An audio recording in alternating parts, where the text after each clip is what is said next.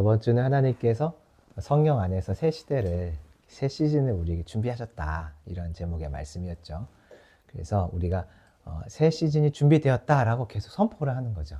그냥 우리의 삶 가운데 찾아오는 일들 속에서 계속 그 선포를 하면 하나님께서 정말로 새 시대가 임한 걸 보게 하시고, 내 앞에는 헌 시대가 있는 것 같은데 그걸 정말 새 시대로 바꿔가는 일들을 선포할 때 경험하게 될 줄 믿습니다. 오늘은 하나님이 보시는 것이라는 제목의 말씀이에요. 하나님이 뭘 보실까? 오늘 본문에 봤더니 우리가 입은 옷을 보세요. 우리가 누구의 옷을, 어디의 옷을 입었는지 보시는데, 오늘 본문에 이방인의 옷이라는 얘기가 나옵니다. 이방인의 옷을 입었는지, 하나님 백성의 옷을 입었는지 하나님이 이렇게 보신다는 거예요. 그리고 내가 입은 옷에 가장 걸맞는 곳에 나를 서게 하십니다. 이방인의 옷을 입고 있다면 하나님 나라 가나안 땅에 있을 필요가 없겠죠. 이방인의 옷을 좋아하고 이방인의 옷을 입었으면 이것과 어울리는 것은 이방이거든요. 그러니까 징계하고 쫓아내버리셔서 원하는 이방에 가게 하시는 거죠. 반대로 하나님의 백성의 옷을 입고 있다면 그는 이방에 어울리지가 않아요. 그러니까 하나님께서 택한, 하나님이 임재하시는 가나안 땅에 계속 머물게 하시죠.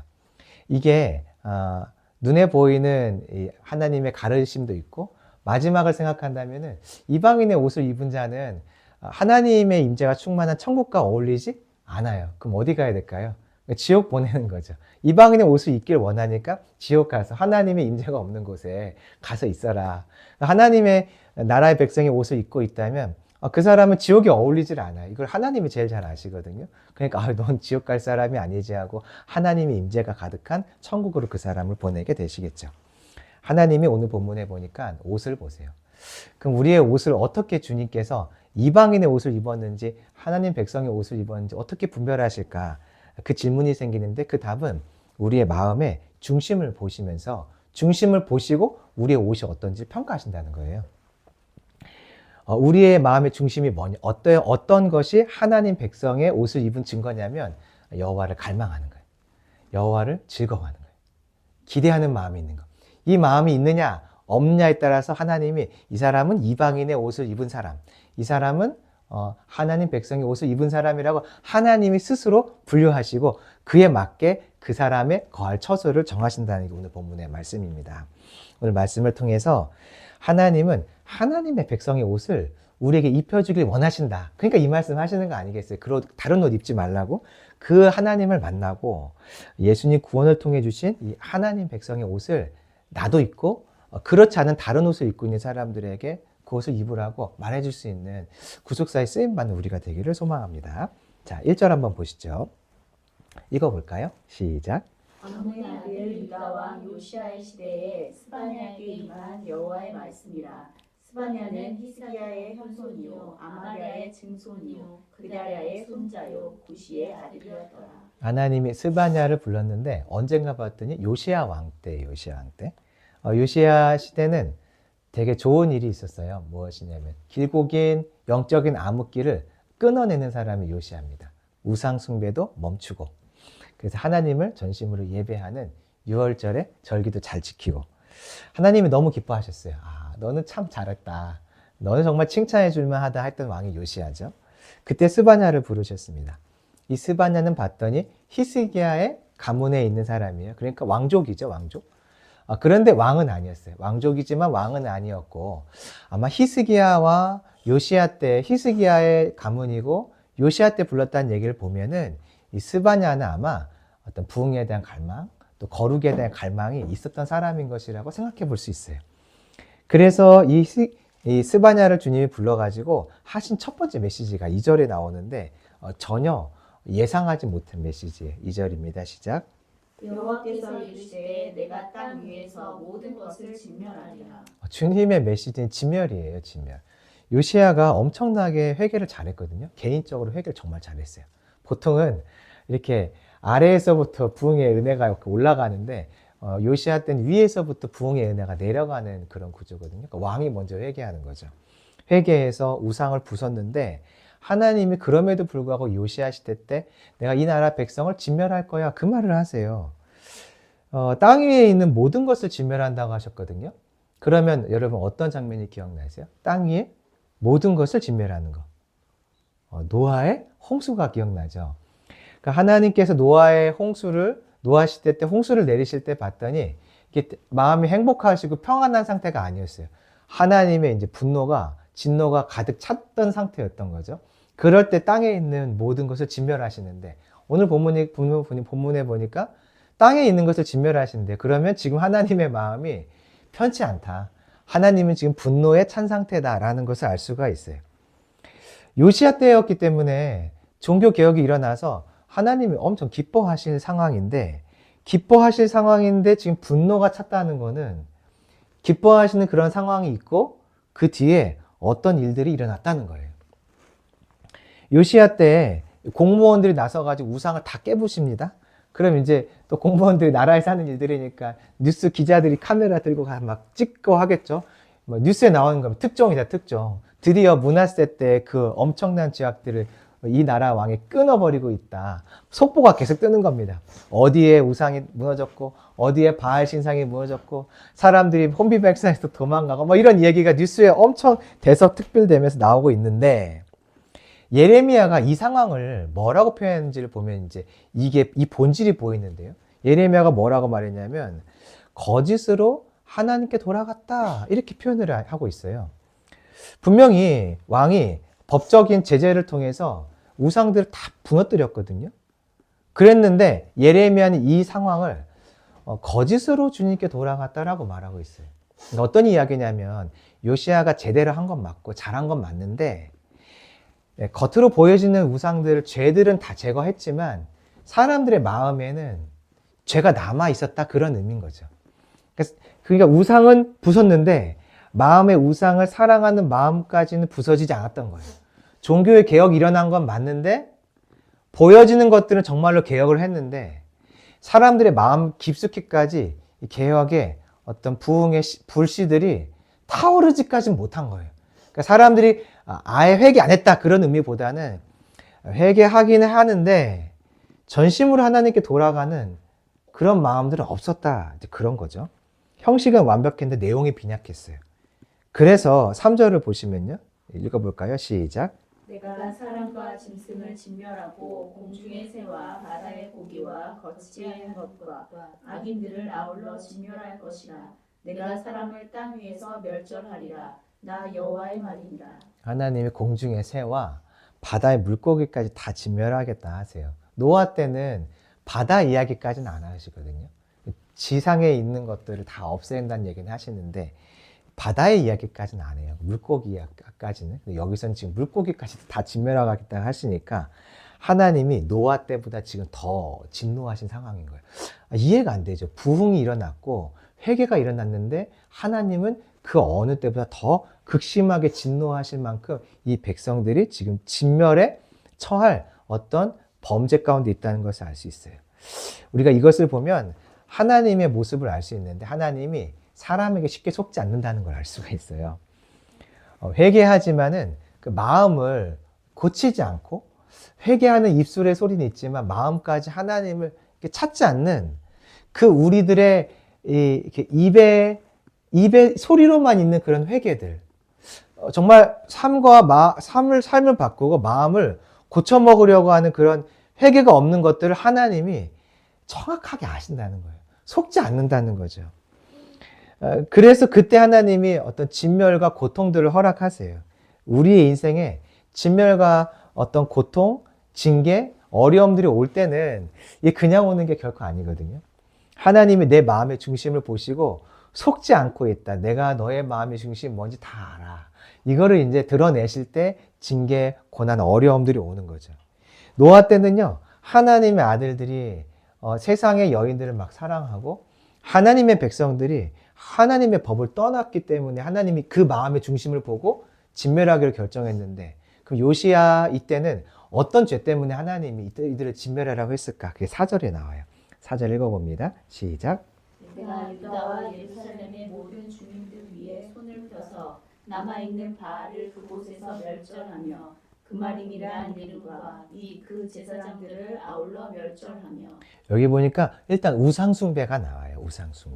우상숭배. 바알이 그 땅에 있었으니까 멸절한다는 얘기를 하시죠. 하나님이 이 사람들 안에 있는 우상숭배 때문에 지금 이 유다를 치기로 결정하셨어요.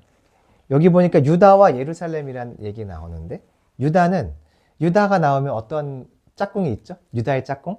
북이스라엘.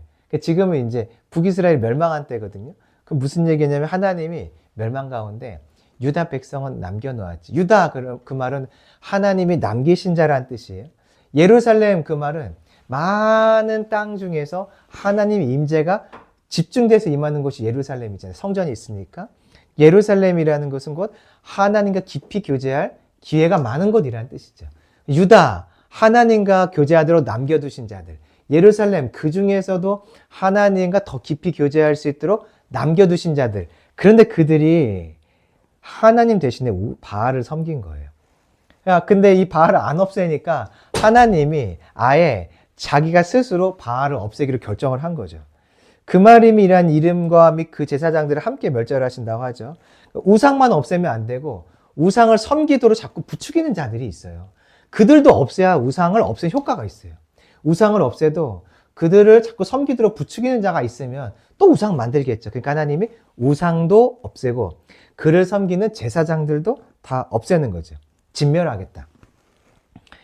이게 우리가 우상숭배에 대해서 하나님이 진멸할 때마다 뭐 이렇게까지 하실 필요가 있나라는 생각이 들 때가 종종 있는데, 우상숭배는 항상 그 간음의 죄와 연결해서 생각을 해야 돼요. 그 부부관계에서 부부가 약속을 어기고 만약에 한 배우자가 다른 배우자를 만나면 내 배우자는 화가 나겠죠. 진노하겠죠. 그 상황인 거예요. 항상 우상숭배에 대해서 하나님이 진멸한다 할 때 너무 심한 거 아니야? 그게 아니라 부부 중에 한 사람이 외도하는 것과 똑같은 것이 우상숭배예요. 그 주님이 지금 화내실만 하죠. 그 진멸하겠다 하죠. 또 제가 나오는데 5절입니다. 시작. 또 지붕에서 하늘의 무별에게 경배하는 자들과 경배하며 여호와께 맹세하면서 말감을 가리켜 맹세하는 자들과. 여기 보니까 그 양다리 신앙이 나와요. 앞에는 우상숭배가 중심이고 4절은 5절은 양다리 신앙. 먼저 5절에 보니까 별에게 경배하는 자들이 있대요. 별은 하나님이 우리한테 시계로 주신 거예요. 시계. 하나님의 시간표. 이런 일이 이때 이렇게 일어날 거야 하는 하나님의 시간표를 준 게 별인데, 시간표를 보면서 절을 하고 있는 거예요. 그러니까 엉뚱한 짓 하고 있는 거죠. 우상숭배. 뒤에 보니까 어떤 얘기가 나오냐면 여호와께 맹세하면서 말감을 가리켜 맹세하는, 말감 우상인데 하나님께도 예배하고 우상에게도 예배하는 양다리 신앙 말하는 거예요. 그러니까 하나님도 찾고 우상도 찾고. 왜 그러냐면 하나님을 이제 찾으면서 뭐 이것도 해주시고 저것도 해달라고 하는데 어떤 건 좀 하나님이 잘 들어주는 것 같아요. 근데 어떤 건 잘 들어주지 않아요. 그러면 이 다른 것만 또 집중적으로 들어준다고 하는 또 다른 신들이 있어요. 그러니까 하나님은 이 부분에는 강하시니까 이 부분을 필요할 땐 주님을 찾고, 이 부분은 하나님은 잘 안 하시는 것 같으니까 이 부분을 필요로 할 땐 이 신을 찾고, 이 신도 찾고 저 신도 찾고 하나님도 찾고 우상도 찾고 하는 이 일이 사람들한테 양다리 신앙이 있었다는 거예요. 그때 주님이 이들을 진멸하겠다. 양다리 좀 걸쳤다고 진멸까지 하나? 단순해. 항상 이 주님과의 관계는 계속 결혼 관계로 생각해야 돼요. 양다리, 내 배우자가 양다리를 걸쳤어요. 그럼 나는 분노할 수밖에 없는 거죠. 하나님이 지금 분노할 수밖에 없다. 그런 이야기를 하고 있는 거예요. 주님이 왜 진노했나 봤더니 두 가지인데, 첫 번째는 우상숭배, 두 번째는 양다리 신앙. 요시야 때 우상을 제거했거든요. 그러면 양다리 신앙이 없어져야 정상이고, 그리고 우상을 없앴으니까 우상숭배도 없어져야 정상인데 양다리 신앙과 우상숭배가 반복되고 있어요. 왜 그럴까? 분명히 보이는 걸 부셨는데도 왜 그럴까? 이제 근본적인 이유가 6절에 나와요. 근본적인 이유는 뭐냐면요, 하나님이랑 가까이 지내고 싶은 마음이 없어서 그래요. 6절입니다. 시작. 여호와를 배반하고 따르지 아니한 자들과 여호와를 찾지도 아니하며 구하지도 아니한 자들을 멸절하리라. 사람들이요, 여호와를 따랐어요. 앞에 보니까 유다, 예루살렘 사람들에 대한 이야기니까 유다에 있고 예루살렘에 있으면 하나님을 당연히 따르겠죠. 교회 안에 있으면 하나님을 당연히 따르겠죠. 예배하겠죠. 그런데 그렇게 따르다가 배반하고 따르지 않는 사람들이 있대요. 하나님을 이제 등지기 시작하는 거죠. 그래서 여호와를 찾지 않는데요. 이건 뭐냐면 도움조차 구하지 않는 걸 말하거든요. 사사시대가 엄청 악한 시대예요. 근데 사사시대는 그래도 어떤 희망이 있냐면 막 얻어맞고 30년, 40년씩 얻어맞다 보니까 사람들이 아유, 그래도 하나님밖에 없네 하고 하나님을 찾아요. 자기의 필요를 위해서지만 도움이 필요할 때 하나님을 찾아요. 이거는 이제 기복적인 신앙도 있고 조금 이렇게 좋은 신앙의 모습은 아닐 수 있지만 그래도 사사시대 때는 어려움이 생기면 하나님을 찾아가는 모습이라도 보이는데 지금 요시야 때는 찾아가는 것조차 없었다는 거예요. 그래서 여호와를 찾지 않는다. 아, 그러면 사람들이 어떻게 이렇게 사사시대보다 더 악할 정도까지 됐을까? 이유가 나오는데 따르지 않고 찾지 않고 그 다음 뭐죠? 구하지 않았다. 구하지 않는 게 근본적인 원인이에요. 구하지 않는다라는 게 뭐냐면 사람들이 하나님과 가까이 지내고 싶어 하지 않았다. 그런 이야기죠. 그러니까 하나님과 친해지고 싶은 마음이 없는 거예요. 친해지고 싶은 마음이 없는 거예요. 이 상태가 바로 구하지 않는 상태예요. 하나님과요, 친하고 싶어. 더 알고 싶어. 더 보고 싶어. 더 만나고 싶어. 주님과 더 가까이 있고 싶어. 이 마음이 없어지잖아요. 이 마음이 줄어들면 나타나는 게 양다리 우상숭배예요. 내가 필요해서 하나님께 기도하는 거, 지금도 우리가 이제 습관을 쫓아서, 꼭 습관이라고 하긴 좀 그렇지만, 어쨌든 습관을 따라서 예배 드리고 있는데, 이것과 하나님과 친밀해지고 싶고, 가까이 지내고 싶은 것은 조금 달라요. 하나님을 구하는 것은 이런 거예요. 너무 사랑해서, 가고 싶다. 만나고 싶다. 정말 주님과 가까이 있고 싶다. 그 갈망이 있는 상태가 구하는 상태예요. 어저께 우리 주한이가 축구대회 나갔거든요. 학교에서 학년 대표 아이들이 다 나갔어요. 2학년, 3학년, 4학년, 5학년은 남자, 여자팀, 6학년까지 한 팀씩 축구대회 나갔어요. 우리 아이들이요, 처음엔 진짜 씩씩하게 매너 있게 축구를 했어요. 그런데 첫 번째 판은 이기니까 매너 있게 축구를 하더라고요. 두 번째 판 지기 시작하니까요. 세 번째 판에는 매너고 뭐가 없어요. 옆에 친구가 자기를 건드려가지고 넘어지잖아요. 그러니까 달려가가지고 자기 공격할 때 그 친구를 옆으로 팍 쳐가지고 넘어뜨리더라고요. 조금 전까지는 누가 막 옷 붙잡아도 그냥 게임했어요. 왜냐면 이기고 있으니까 괜찮은 거예요. 근데 지기 시작하니까요. 자기를 붙잡은 그 애가 공을 잡으니까 똑같이 그 아이가 붙잡고 늘어지더라고요. 왜 그럴까요? 우승에 대한 갈망 때문에 그래요. 우승 트로피 줘도 그만, 안 줘도 그만이면 그렇게 안 하겠죠. 이겨도 그만, 져도 그만이면 그렇게 안 하겠죠. 우승해야겠다. 이겨야겠다. 골 넣어야겠다. 갈망이 있잖아요. 그러면 마음을 다 쏟게 돼 있어요. 이게 구하는 거예요. 아이들만 그런 줄 아세요? 부모님도 똑같았어요. 부모님들이 응원을 합니다. 부모는 뭘 아냐면 그 우승 트로피 금색 아무것도 아닌 거 알아요. 그 메달 아무것도 아닌 거 알아요. 우승해도 아무것도 아닌 거 알아요. 그런데 부모님들 마음이 있는데 뭐냐면 내 아이가 잘했으면 좋겠어요. 우리 팀은 이겼으면 좋겠어요. 우리 아이들이 어떤 그동안 연습하고 수고했잖아요. 그 결과를 보고 좋은 결과를 보고 싶어하는 부모의 마음이 있어요. 그래서 부모님들이 코치도 아닌데 코칭을 시작해요. 안 돼! 사람을 봐! 공간을 차지해! 달려가! 앞으로 가! 돌아가! 사람을 봐야지! 공 저기 있잖아! 모든 부모가 다 같이 함성을 지르고 모든 부모가 다 같이 코칭을 시작해요. 승리에 한 골에 목말라서 다 같이 소리치기 시작하는 거예요. 그 상태를 뭐라고 말하냐면 구하는 상태라고 하는 거예요. 갈망하는 상태. 그 마음이 장착이 되어 있지 않으면요. 우상숭배로 넘어가고 양다리 신앙으로 넘어가게 되는 거예요.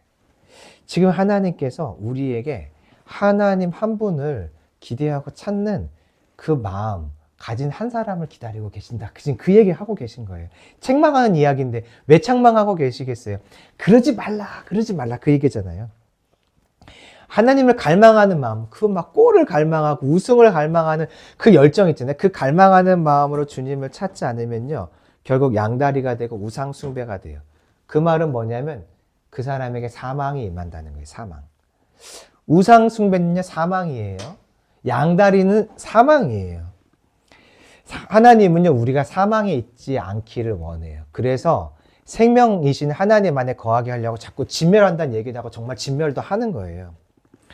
근데 우리 마음에 항상 드는 생각이, 아니, 우상숭배를 했다고 진멸까지 해야 되나? 양다리 신앙 좀 했다고 진멸까지 해야 되는가? 아니, 하나님은 너무 집착이 심한 거 아닌가? 그런 생각이 드는데 잘 생각해 보세요. 하나님을 섬기는 건 생명이고요. 양다리 우상 섬기는 건 사망이거든요.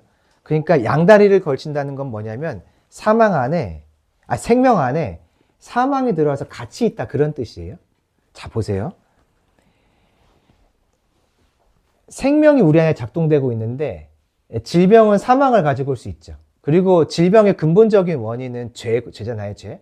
사망이잖아요. 생명이 있는 내 몸에 질병이 찾아오면 우리는, 나는 생명이 작동되고 있는 사람이니까 질병쯤은 아무것도 문제 없어. 질병, 아픔? 문제 없어. 그러면서 사람을 태어내지나요? 그렇지 않아요.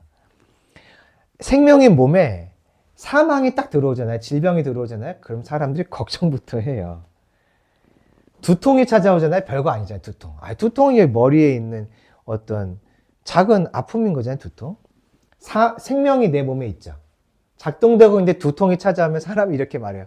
아파 죽겠다. 아파 죽겠다 그래요.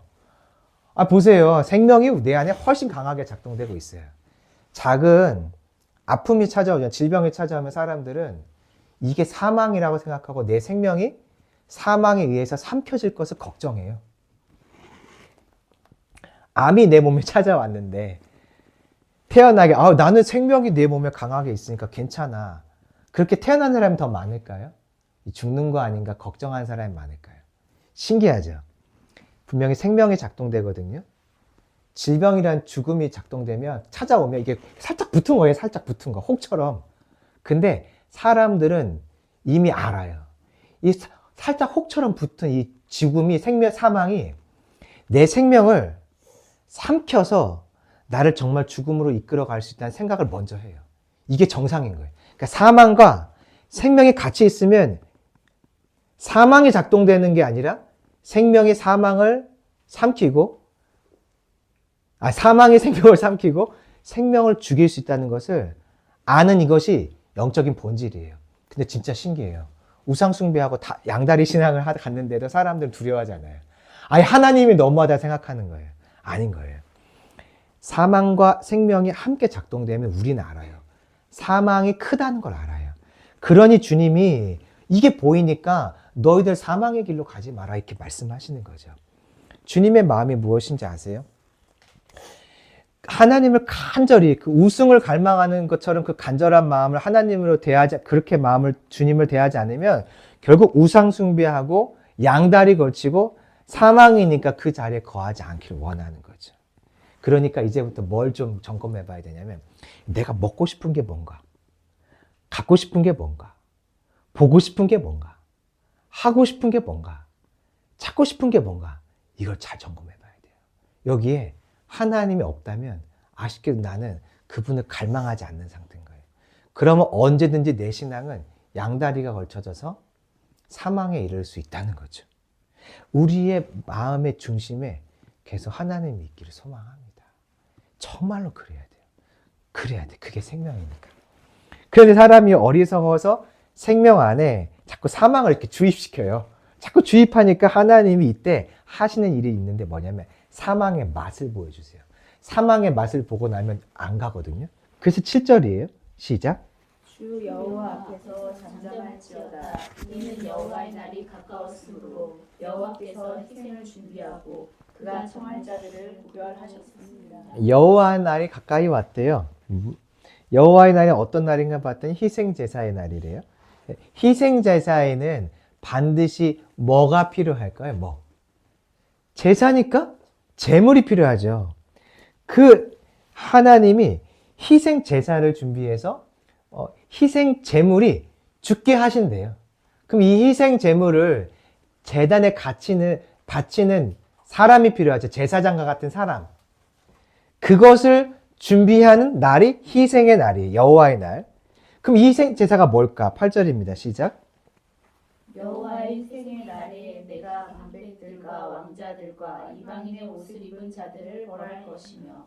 여기 보니까 희생의 날에 벌한다고 하는 걸 보니까 희생의 날을 여호와의 날은 심판의 날이었어요.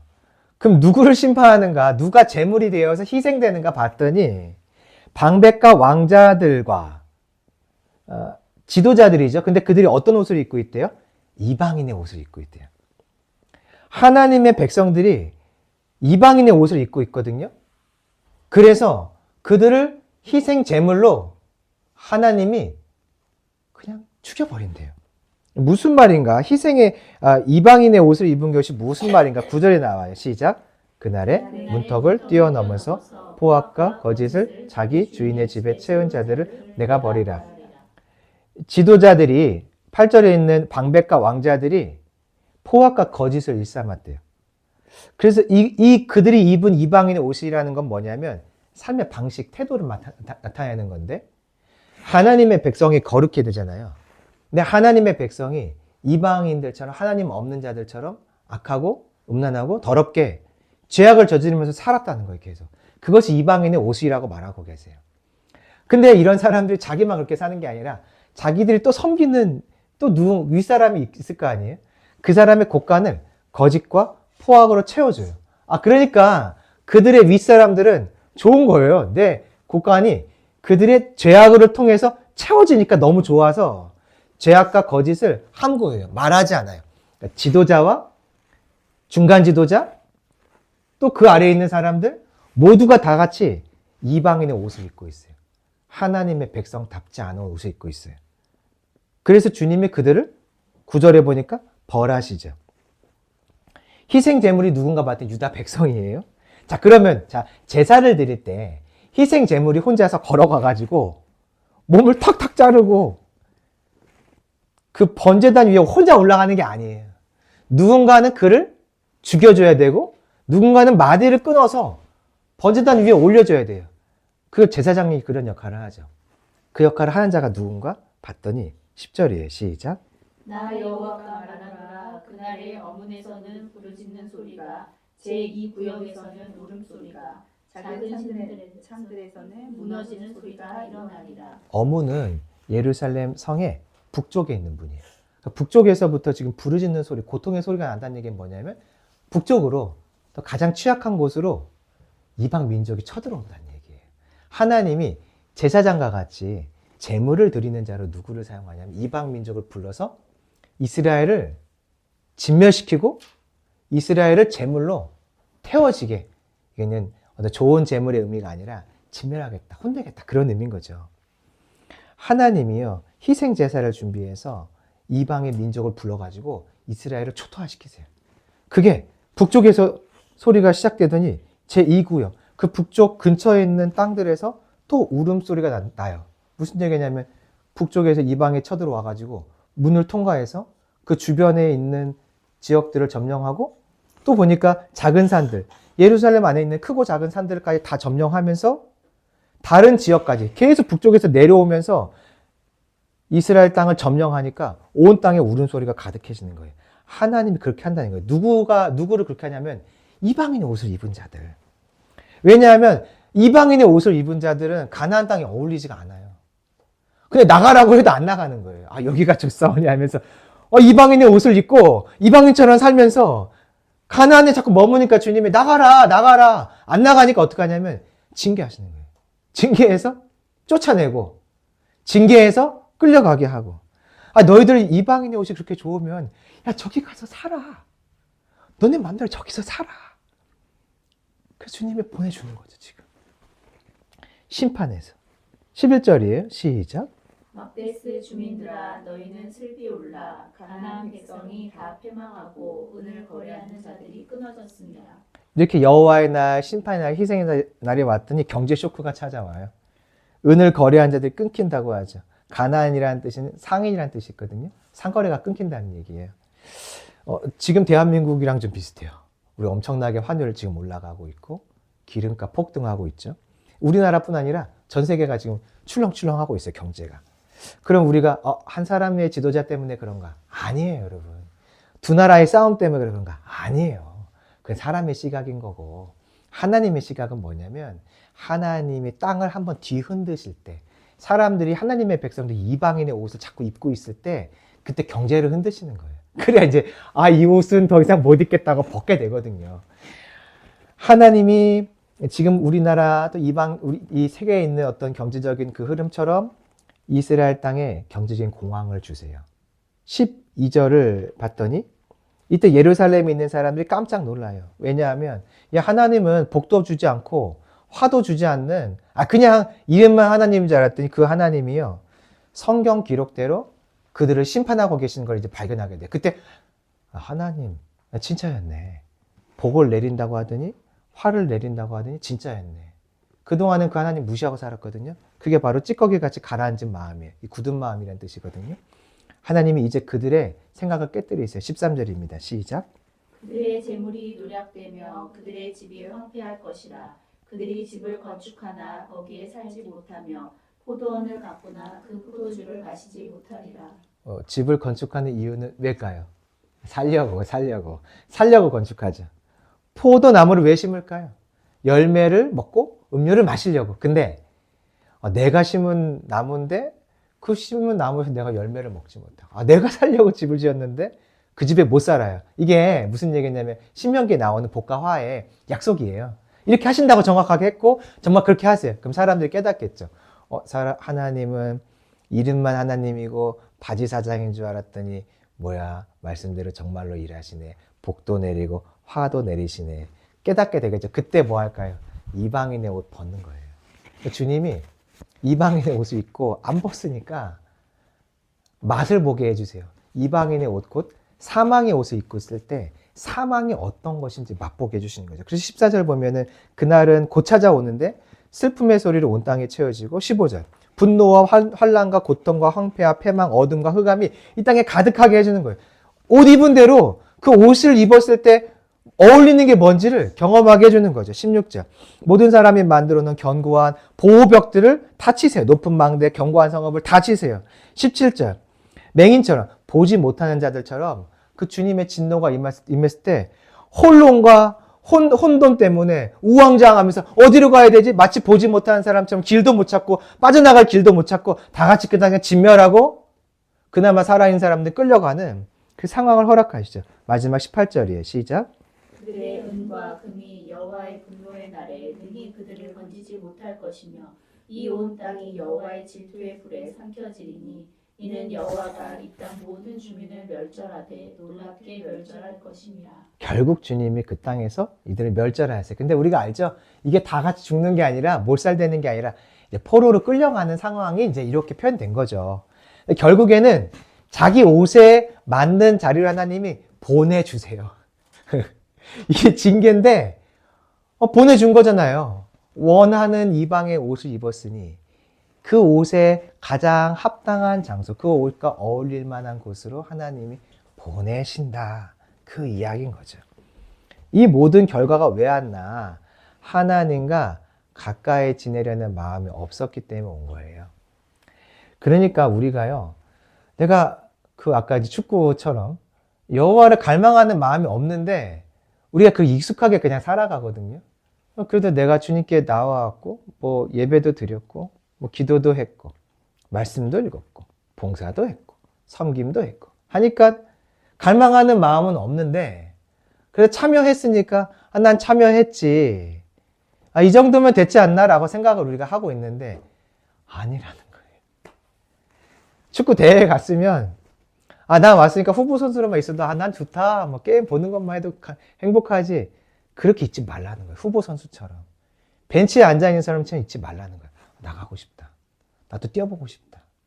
한 아이가 2학년 이제 팀인데 2학년 팀에 사람이 부족하니까 1학년 중에 아이들이 이렇게 원하는 아이들을 같이 2학년 팀에 편입을 시켰거든요. 근데 이제 2학년 아이들이 게임에 이제 1학년 아이들도 같이 이제 2학년 팀에 참여를 하는데 2학년 팀이 이제 잘할 때는 또 승리를 좀 따야 되니까 얘들이 출전을 못하고 벤치 멤버가 돼서 앉아 있는 거예요. 그러니까 한 아이가 아빠 난 이번에 나가? 하고 이제 나가려고 했는데 선생님은 이제 아닌 거예요. 왜냐면 조금 더 승리를 따야 되니까.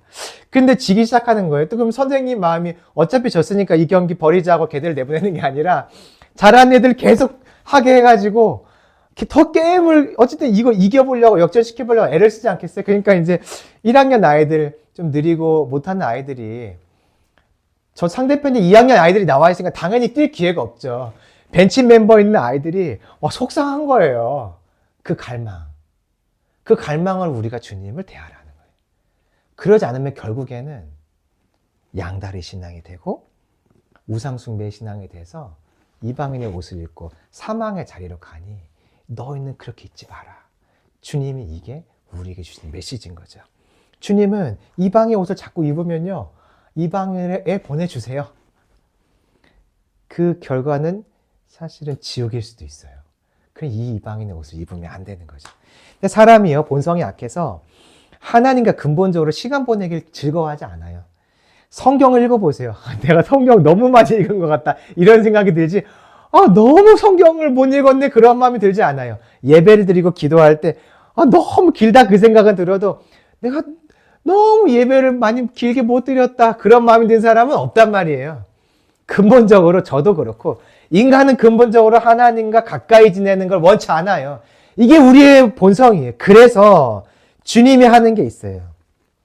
성령을 보내서 우리의 굳은 마음을 제거하고 부드러운 마음을 주는 거죠. 그러니까 오늘 주님 우리가 이방인의 옷이 아니라 하나님의 옷을 입고 나라의 옷을 입고 백성의 옷을 입고 예수의 옷을 입고 의의 옷을 입고 너희들 그 갈망하지 않는 그 차가운 마음 좀 버려라. 뜨거운 마음 좀 가져라 말하지만 우리 스스로 되는 게 아니라 성령을 간구해야 돼요. 성령을 간구하면 주님이 결국 그 일을 하시는 거죠. 그럼 우리의 죄된 습관들이 사라지고 우리가 이렇게 하나님이 기대하는 진멸될 인생이 아니라 여호와를 갈망하는 그 벤치 멤버 있는 아이의 갈망, 그 갈망, 뛰고 싶은 갈망, 주님 보고 싶은 갈망이 우리 안에 그때 채워지는 거예요. 그러니 오늘 이 말씀 보고 우리가 뭘 해야 되겠어요? 성령을 구해야 됩니다. 약속대로. 구하고 자꾸 두드리면 주실 거예요. 그래서 이 마음 보일 수 있습니다. 우리 구체적인 좀 실천 사항으로 이렇게 좀 선포했으면 좋겠어요.